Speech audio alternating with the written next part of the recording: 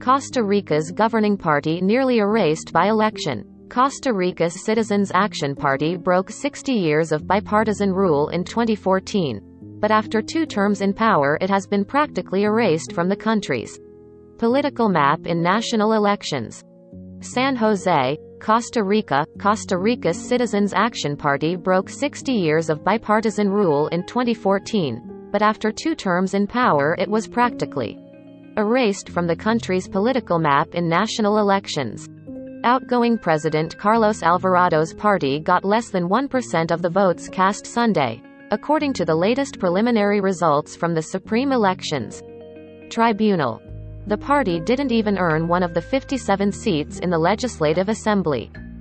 The party's presidential candidate, lawmaker Wilmer Ramos, was never able to shake the unpopularity of Alvarado and the frustrated change that the party had.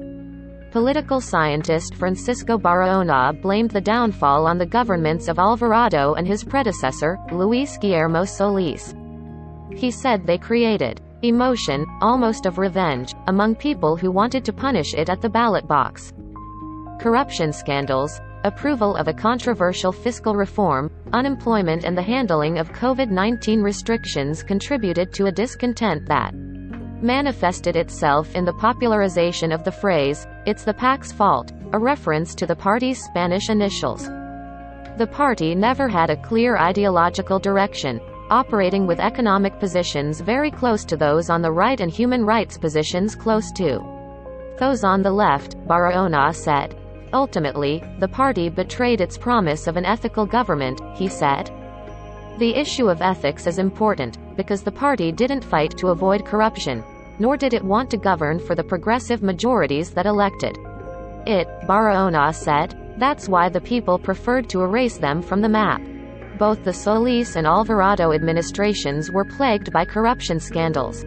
During the Solís administration, a decree allowed a businessman, now accused of fraud, to import cement from China. The government was accused of facilitating a number of loans from a public bank and the necessary import permits. Juan Carlos Bolaños, the businessman, is awaiting trial. Alvarado faced blowback over his office's collection of personal information on citizens. Costa Rica's top prosecutor filed papers last week seeking to lift the president's immunity so he can face charges. Prosecutors allege Alvarado abused his authority by creating the Presidential Unit of Data Analysis with the supposed goals of using personal data to better tailor public policy. But the unit allegedly sought restricted information from various government agencies, such as personal income and medical records.